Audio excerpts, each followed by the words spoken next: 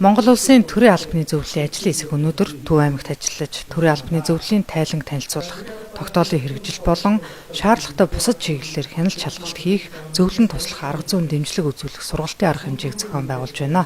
Сургалтанд аймгийн төвийн төрийн албаа агчид, танхимаар 27 сумын засаг дарганы тамийн газар, төсөвт байгууллагын албаа агчид цахимаар оролцож байна. Монгол улсын төрийн албаны зөвлөлөөс төрийн албаны хууль заасны дагуу нийт Монгол улсад үйл ажиллагаа явуулж байгаа төрийн албаны улсын нэгдсэн тоо бүртгэлийг хүчдэг.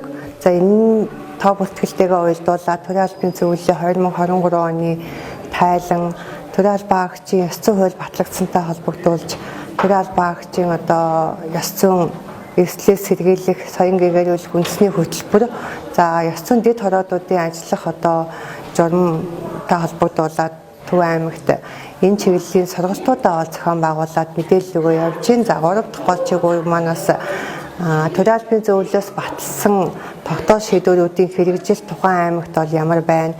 Өнгөрсөн хугацаанд хийсэн шалгалтын үр дүн маань бол үр дүнгээ өгсөн байна уу, үгүй байна уу гэдэг дээр бас хяналт шалгалт хийгээд ингээд явж байна. Тэгээд нийт төрийн албан агчдынхаа төлөөлөлтөд уулзалт хийж төрийн албаны нэгдсэн тоо бүртгэл болон аймгийнх нь төрийн албатай холбоотой үйл ажиллагаа тоо бүртгэлийн мэдээллүүдийг танилцуулж санал авах ажлыг зохион байгуулад явж байна.